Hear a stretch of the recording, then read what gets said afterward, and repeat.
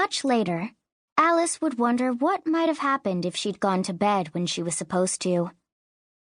It was a fluke, really, because she was the sort of girl who almost always followed the rules. But she'd been doing schoolwork, and she'd lost track of time. It was a Saturday night, and her tutor, Miss Juniper, had assigned her another chunk of algebra for Monday morning. Alice excelled in all her subjects. She never would have allowed it to be otherwise. But in algebra, her excellence was born of hard work and long hours, rather than natural talent. So she'd determined to make an early start. She wouldn't be bothering anyone either.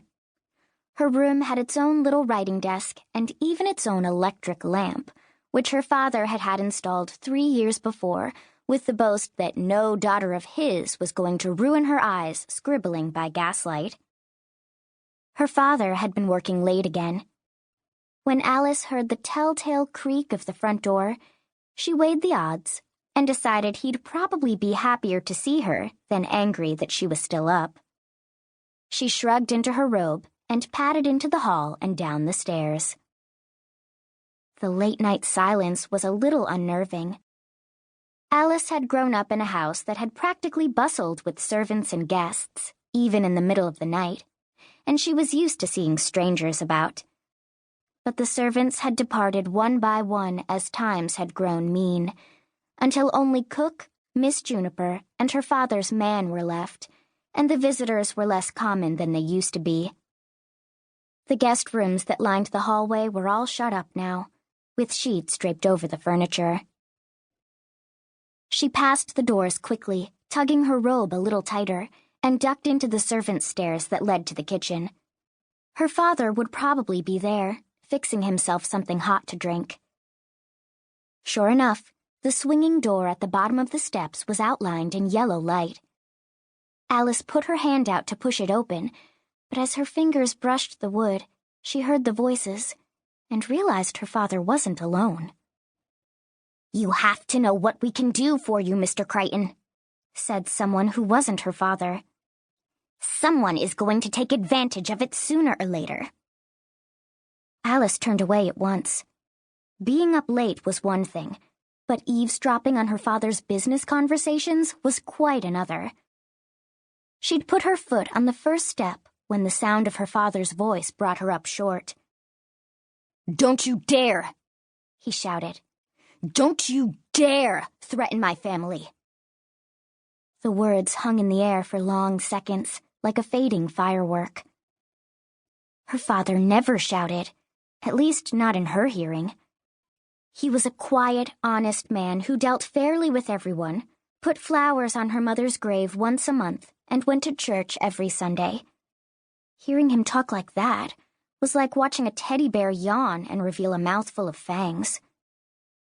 Alice stood perfectly still, not daring to move even her eyes. She wanted to run, knew she ought to. Whatever was being said was obviously not for her ears. But her feet felt like lead weights. "Mr. Crichton," said the other man. "Nobody's threatening. I'm just stating a fact. Nothing wrong with stating a fact, is there? No law against it." His voice was odd, high, and nasal. Alice could hear a strange sound as well, a kind of urgent thrum, thrum, thrum. "Don't mess me around," her father said, not shouting now but still angrier than she'd ever heard him. "We both know what you're here to say, and I'm sure you know what my answer's going to be."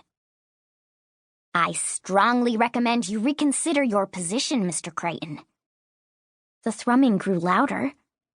"For the sake of everyone involved." "By God," Alice's father said. "So help me, I ought to break your ugly head against the wall." "You could do that," the other man said. "You could do that, Mr. Crichton, but you won't.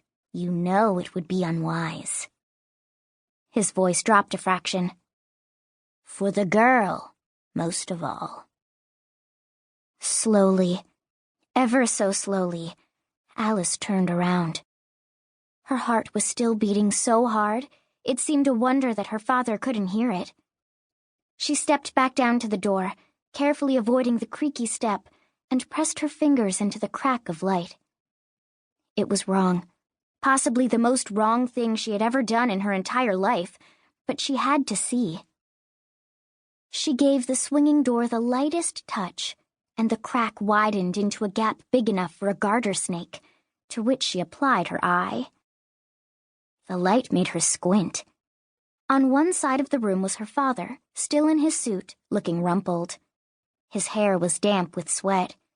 One of his hands was curled around the handle of a cast-iron frying pan sitting on the range, as though he meant to swing it and make good on his threat. Across from him, hanging in the air, was a fairy.